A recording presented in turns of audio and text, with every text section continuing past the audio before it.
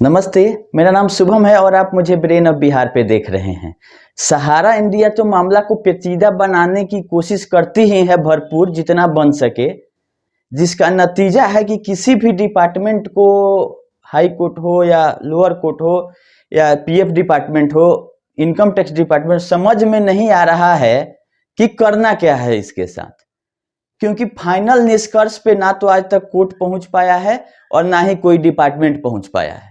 Public तो खैर समझ में ही नहीं आता है कि किस कोर्ट में पब्लिक को जाना है, क्योंकि कोई सोसाइटी है, कोई कंपनी है, कोई फाइनेंशियल इंस्टीट्यूशन है, तो इतना ना कंफ्यूजन है सहारा के मामले में, जिससे कोई निष्कर्ष किसी भी मामले में निकलना इतना जल्दी नहीं संभव हो पा रहा है और पिछले 8-10 साल से केस चलते आ रहे हैं। आने वाले 22 फरवरी को दो मामले कह लीजिए आप मुख्य रूप से दिल्ली हाई कोर्ट में सुने जाने हैं सहारा के 9 कंपनियों से रिलेटेड, क्योंकि 3 कंपनियों का जांच एसएफआईओ के द्वारा किया गया था। उसके बाद बोला गया था कि 6 कंपनियां और जो हैं सहारा ग्रुप की, उसका भी जांच हमको करना पड़ेगा, तब जाके हम कहीं ना कहीं निष्कर्ष पे पहुंचेंगे।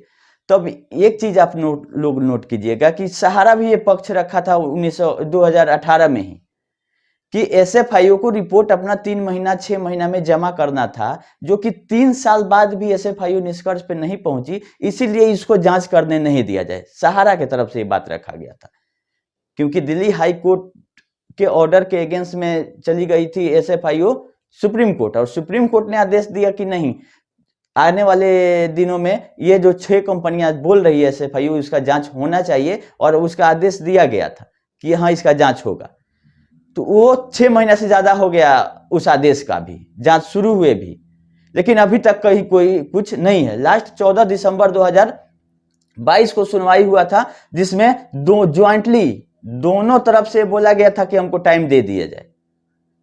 तो सहारा की तरफ से तो समझ में आता है, एसएफआईओ की तरफ से क्यों हमेशा टाइम लिया जा रहा है, या यूनियन ऑफ इंडिया के एडवोकेट जो हैं एएसजी, वो हमेशा क्यों टाइम ले रहे हैं, जब जान रहे हैं कि इतना इंपॉर्टेंट मामला है, लोगों का पैसा फंसा हुआ, सहारा टाल रही है कोई ना कोई बहाना करके। तो सरकार को तो इसमें आगे कदम बढ़ाना चाहिए ताकि मामला जल्दी रफा दफा किया के खिलाफ भी था। और एक इनकम टैक्स का जो मैटर है वो दिल्ली हाई कोर्ट में सहारा लाइफ इंश्योरेंस कॉर्पोरेशन के अगेंस्ट में चल रहा है, वो भी 22 फरवरी को भी दिल्ली हाई कोर्ट में उसका सुनवाई होना है। तो मेन मकसद यहाँ पे सहारा का है कि चीजों को कैसे टाइम खींचा जाए, क्योंकि देख रही है कि बिजनेस तो मेरा चौपट हो ही गया, जमाकर्ता एजेंट सब रोड पर आ गए, अब हमको खाली केस लड़ना है और टाइम खींचना है, जिससे भुगतान नहीं करना पड़े। और सिस्टम भी अपने देश का ऐसा ही है कि इसके साथ कुछ नहीं हो पाएगा। पिछले 10 साल से चल रहा है मामला, और आगे 10 साल भी आएगा। एक एग्जाम्पल आप लोग लीजिए कि ईपीएफओ एक के कमिश्नर जो हैं वो आदेश किए हुए थे 2020 में कि हमको 1181 करोड़ रुपया का ईपीएफओ का डिमांड था, और इंटरेस्ट के साथ ये 3500 करोड़ रुपया होता है, जिसका कोई बेसिस नहीं था। केवल पेंच फंसने के वजह से ऐसा बड़ा बड़ा डिमांड इनके साथ हुआ है, सहारा के साथ। ऐसा नहीं है कि हर एक जगह सहारा ही गलत है। अब इसमें बोला जा रहा है कि जो एजेंट है उसका भी पीएफ आप जमा कीजिए, तो सहारा का पक्ष है कि एजेंट हमारे एम्प्लॉय नहीं है, और एम्प्लॉय एम्प्लॉयर रिलेशनशिप जब नहीं है तो पीएफ का जमा करने का बात नहीं आता है। और 7 साल मामला चला है, उसके बाद फटकार लगा है इलाहाबाद हाई कोर्ट का कि आप 4 महीना में इसका ऑर्डर दीजिए कमिश्नर को। तो फरवरी 2020 में इसका ऑर्डर आया है कि 1181 करोड़ रुपए का डिमांड, क्योंकि कमिश्नर का कहना है कि कोई भी proof, attendance register, salary sheet मांगने पे सहारा इंडिया की तरफ से प्रोवाइड नहीं किया गया था। तो हम कंक्लूड नहीं कर पा रहे हैं मैटर को इसका। तो हाई कोर्ट का बोलना है कि क्या जब ये कोई पेपर नहीं देंगे तो इसका मतलब मैटर पेंडिंग नहीं ना रखा जा सकता है। आप जो बेस्ट आपके हिसाब से होना चाहिए वो जजमेंट आप दे दीजिए, और हाई कोर्ट के ऑर्डर में लिखा हुआ कि 4 महीना के अंदर आपको दे देना है ऑर्डर। तो इसीलिए फरवरी में कमिश्नर जो है पीएफ के, वो ऑर्डर दिए कि 1181 करोड़ का डिमांड है हमारा। और उसका बेसिस ये दिया गया है, उसमें ऑर्डर का तो कॉपी मेरे पास नहीं है, मीडिया में जो आया था इकोनॉमिक्स टाइम्स और टाइम्स ऑफ इंडिया, इस सब में जो रिपोर्ट छपा है उसके हिसाब से बोला गया है कि नागपुर में एक बार 3000 एजेंट लोगों का मीटिंग किए थे, तो उस 3000 एजेंटों को हम मान लेते हैं कि आपके एम्प्लॉय थे और उसका उनका सैलरी के हिसाब से हम डिमांड जनरेट कर दे रहे हैं। ये कोई तथ्य नहीं हुआ, मतलब डॉक्यूमेंट नहीं मिलने के अभाव पर अपना पीएफ डिपार्टमेंट एक्शन लिया है, जिसके अगेंस्ट में बोला गया था कि हम सेंट्रल गवर्नमेंट इंडस्ट्रियल ट्रिब्यूनल में जाएंगे। सहारा का तो पुराना आदत है, एक कोर्ट से निचली अदालत से हारा तो फिर उसके ऊपर ट्रिब्यूनल, ट्रिब्यूनल के ऊपर हाई कोर्ट, हाई कोर्ट के ऊपर सुप्रीम कोर्ट, क्योंकि सुप्रीम कोर्ट के नीचे इसका फैसला किसी का इसको मानना नहीं रहता है। वो चाहे फैसला सहारा के पक्ष में जाए चाहे सहारा के अगेंस्ट में जाए, मामला सुप्रीम कोर्ट तक जाना ही है।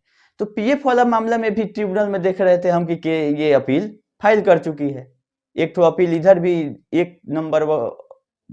अपील नंबर 1 2023, मतलब 3 जनवरी को ही एक अपील फाइल हुआ है आपके ट्रिब्यूनल में, इंडस्ट्रियल ट्रिब्यूनल है। जिस तरह से सेबी का ट्रिब्यूनल है सिक्योरिटी अपीलेज ट्रिब्यूनल, उस तरह से पीएफ का ट्रिब्यूनल है इंडस्ट्रियल ट्रिब्यूनल। तो वहां भी सुनवाई इसका चल रहा है। लेकिन पब्लिक को इससे क्या मतलब है? पब्लिक को अपना पैसा जमा किया गया है वो कैसे मिलेगा? मात्र इसी केस सबसे मतलब है। अनगिनत केस सहारा पे चल रहा है, तो उससे हम लोगों को कोई लेना देना नहीं है। अगर जिसका पीएफ काटा है नहीं जमा किया है, तो वो पीएफ ऑफिस का लोग सहारा ले सकते हैं। जो ये स्टाफ जिनका पीएफ नहीं जमा है, टीडीएस नहीं जमा है, वो इनकम टैक्स डिपार्टमेंट में कंप्लेन कर सकते हैं। लेकिन मेजर है इन्वेस्टरों का पेमेंट, और एजेंट लोग जो फंसे हुए हैं वो कैसे निकलेंगे।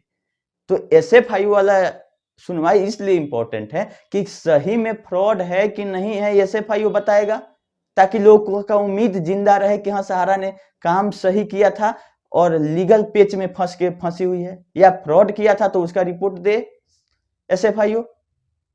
जब आपको आदेश मिल गया कि 9 कंपनियों का जांच दीजिए, तो कब दीजिएगा? 2030 में, जब किसी का आता पता नहीं रहेगा। तो मेरे हिसाब से सिस्टम को भी समझ में नहीं आ रहा है कि सहारा से कैसे निपटना है।